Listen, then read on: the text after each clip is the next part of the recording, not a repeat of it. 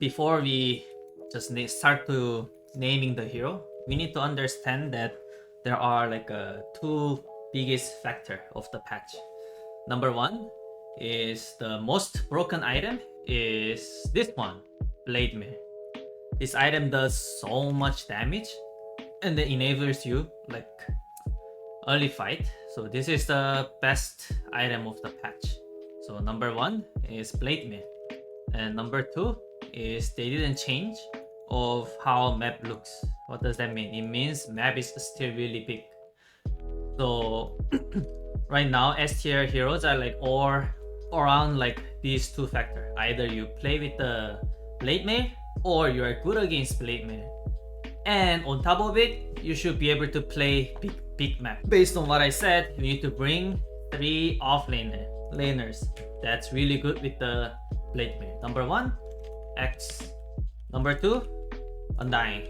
Number 3, Dawnbreaker. I have to name these 3 as a S tier Blade Mail offlaner. And not only offlane, there's a Blade Mail carry. I mean the mid. Number 1, Ember Spirit. Number 2, Pop. These 2. So these 5s are pretty much the Blade Mail hero of the patch. And then because of the like Blade Mail is so popular, a carry hero has to be somewhat good against Blade Mail or somewhat good against these 3 in the lane. So what is the S tier carry that good against this? Number 1, Templar Assassin. This hero got nerfed on the trap vision, but doesn't really matter. This hero is still strongest laner as a carry, and then you don't lose lane against any offlaner. Like even if you play against some Darkseer supposed to be counter or Brewmaster, you cannot bully this guy in the lane. And another one, in my opinion, is Sven. Like you buy all this like a BKB, like big physical huge damage, buying BKB and Satanic Purchase hero, and you can farm super fast in the big map. And then another one is Doom. You buy the Radiance, you buy the Sanjen Yasha, BKB, just too tanky and does so much magic damage in the early game. Like all these heroes just die to one single Doom. And then after that, like this is the only my like personal opinion, but I think this SF hero is S tier. I can literally feel it. Like compared to all other hero, this hero enables like this hero can play super fast. He win against all this hero because you do like lots of the early nukes in the early game, and then it enables you 5-man faster. Just like a shaman. If you think about the concept of the shaman, why shaman is broken in this patch? Because you have ability to force the objective compared to opponent. So what does that mean? It means you can control the tempo. This is exactly same hero. Like this hero can make your team like early 5-man, and then with the like all this like big amount of the magic damage, and then he buys the BKB, and then since we talk about the carry, I'm gonna continue the carry. I think these 4 are S tier hero in my opinion. And then another one is like non-hero. Everyone knows there's a Ursa and Lifestealer and probably Terrorblade. Terrorblade still like a carry that can abuse the big map the most compared to all other carries here. This hero still strongest, strong lane, super high armor, and then if you jump on him without killing him once, you know what happens. Thunder and then fight is over. If I'm the hero that I'm not naming means not A tier. They are still okay, like some of the range heroes, like for example Muerta, Joe, I don't know, maybe Lina.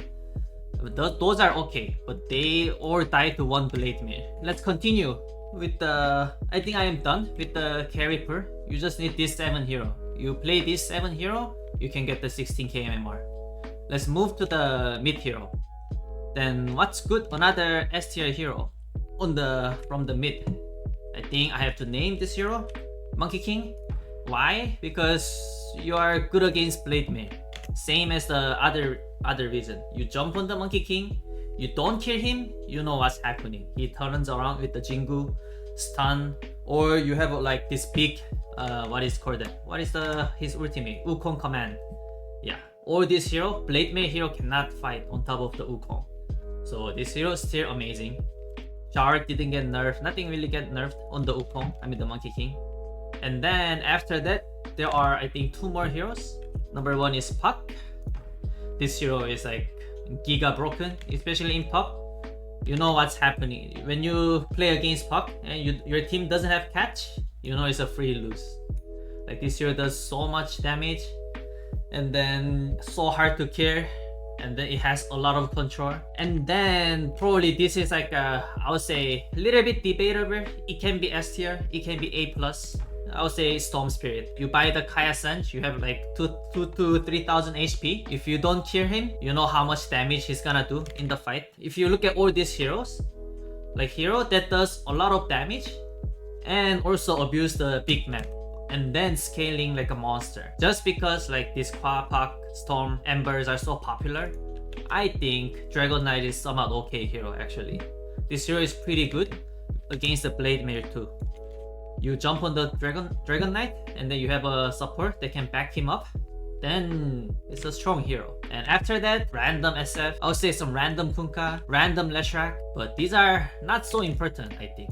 And then let's continue with the position 3. What's good against early Blade Mail guys? The weakness about the Blade Mail is their heroes are committed. Once they go in, if you survive their first jump, you can turn around. So how to turn this around? You need the aura. So this Darkseer hero still really strong. And then they never nerf his innate, which is the most broken innate so far, I believe. Like this Darkseer hero, you level up and then you suddenly become almost full resources. Against this innate, it doesn't allow you to make like single mistake basically in the laning. And then if you don't contest him properly, you know what's happening. He buys the Mag, he buys the Pipe, he buys the Crimson. Suddenly X jump, blink, Blade Mail, doesn't matter. The guys survive and they all turn around. And then I'll say I'm gonna add one more hero, some kind of suitor Blade Mail hero named called Bristleback. This hero got lots of nerf and then it downgrade from in the pro scene, in downgrade from like first phase to second phase. I still believe this hero belong to S tier just because he's so strong. I mean after this there's some like random, I'll say Doom. This hero is still really strong. You just press one button on the position 1 and 2 and then there's nothing can save. I would say random Kunkka, you buy the aura, it's like a same aura, but it's like a suitor Darkseer. It's a worse Darkseer.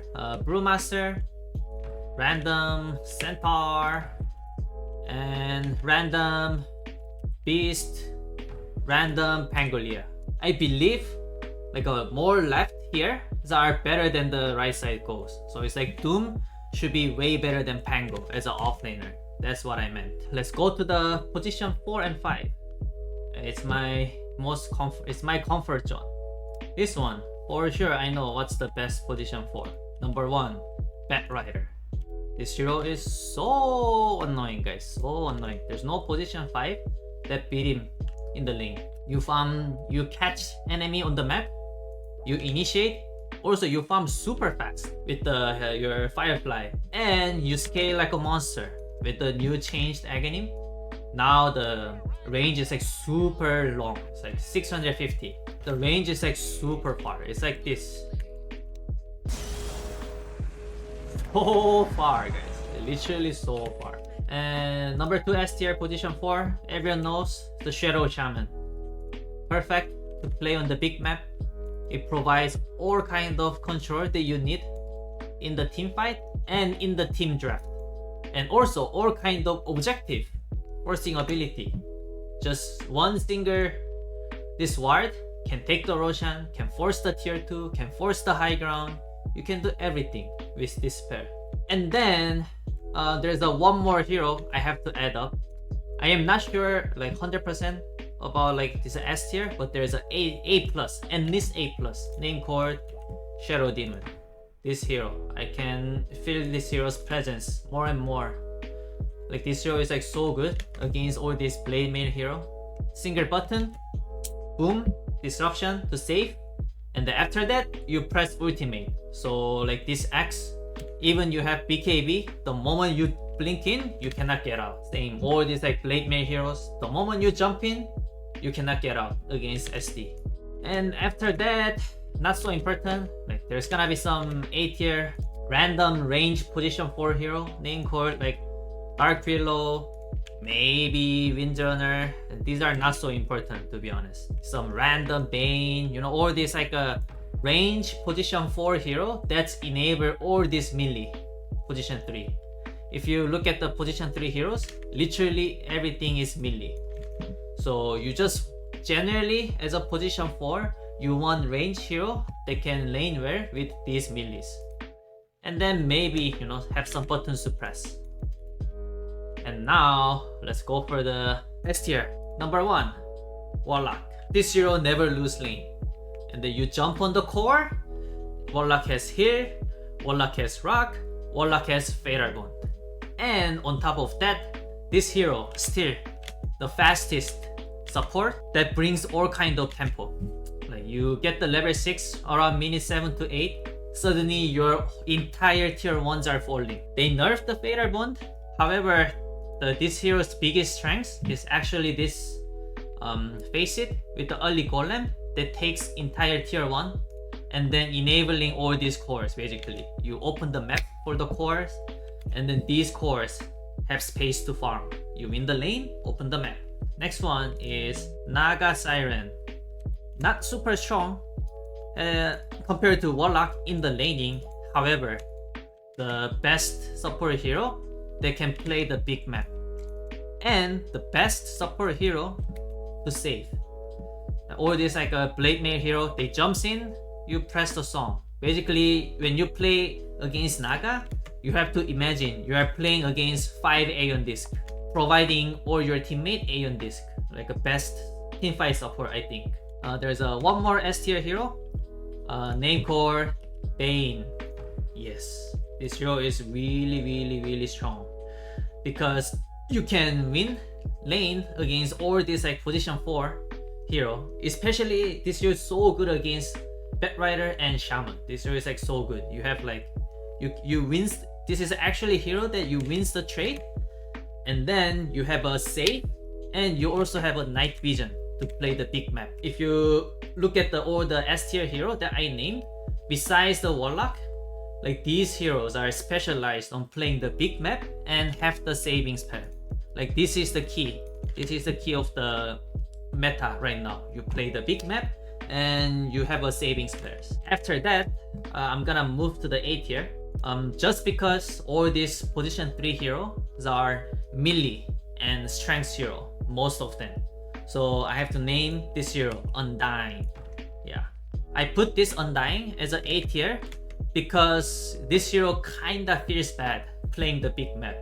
Like you feel like not many people know how to play this hero properly after the laning phase. After that, there's another hero named called Dazzle. This hero is super strong too.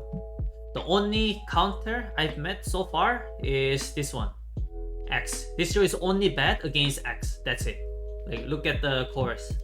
They all go in. They all just jumps in, press the blade mail, and what you need from the support, you just need backup spell, saving, buffers, savings. And there's a name called Desert. This is great. And then I have to add one last hero named called Nature's Prophet. This hero is, I would say, A tier. This hero is one of the best hero to abuse the big map. However, I feel like it lacks the utility as a support. Only thing this hero does is basically doing damage in the team fight. Imagine you playing the Furion versus Bat, Shaman, SD, Warlock, Naga, Bane. You actually doesn't do anything. In order for you to have an impact against these heroes, you need to have like spells that useful in the team fight. But this hero doesn't have any spells that are useful in the team fight. So I put him in the A tier. This hero is still good because you can use the big map. You can abuse like all this thing, every rune, every lotus. It's just annoying hero. So these are my opinion about the patch. Number 1, Blade Mail. Number 2, big map. Okay boys, now it's time to ask some question. I'm ready. Is there a difference in build for Bat 4 and 5? I think it's the same. You want the Blink Dagger and eventually Agony. What about Magnus? Like any kind of hero that require Blink Dagger is bad right now. The meta heroes are you buy the Blade Mail, you buy the Agony, like early items, you buy the like Vesser, you buy the Kaya Sanj, early stat item that can just fight. Why does Warlock never lose lane? Because of this healing. Yeah. Right now, I would say X is the strongest laner, but you just press the heal on your core, then it literally negate any kind of the damage that you take.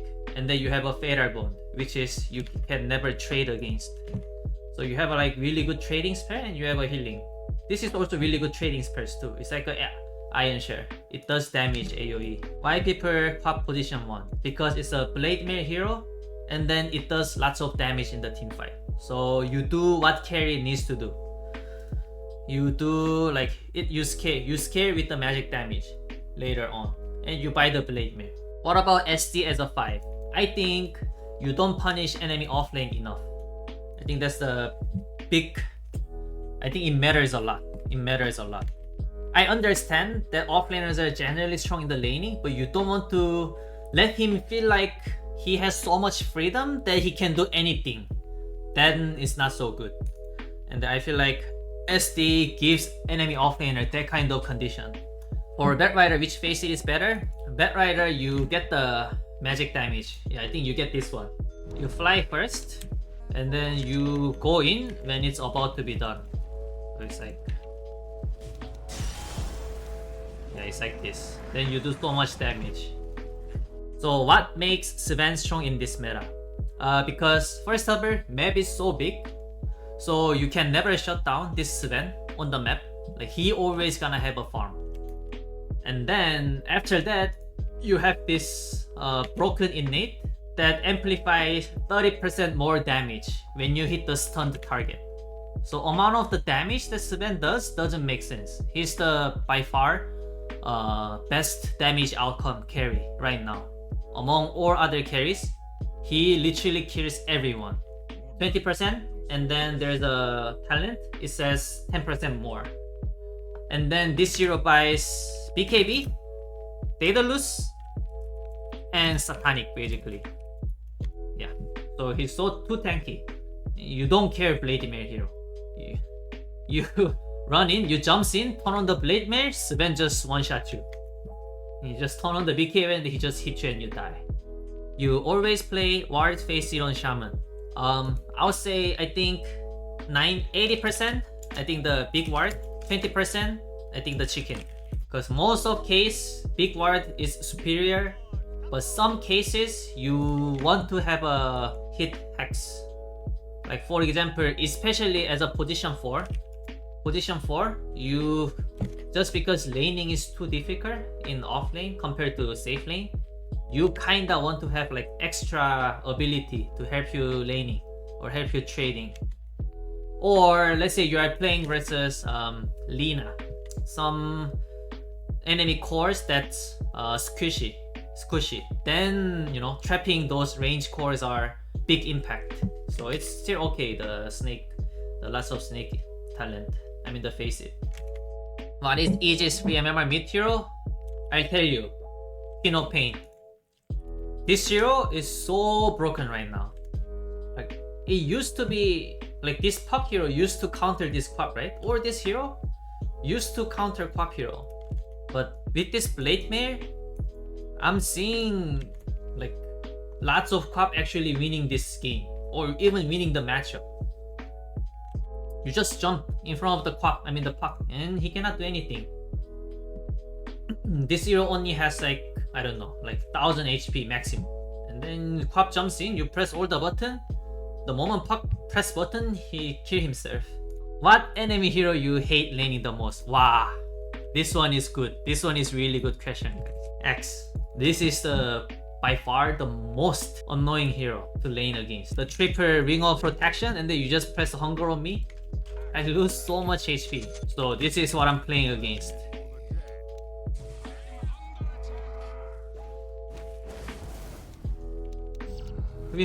Without this hero, like there's nothing I can main actually. You see this? It's ridiculous. Look how much HP I lost on top of here. They don't even need to play good, guys. Okay, boys, I am done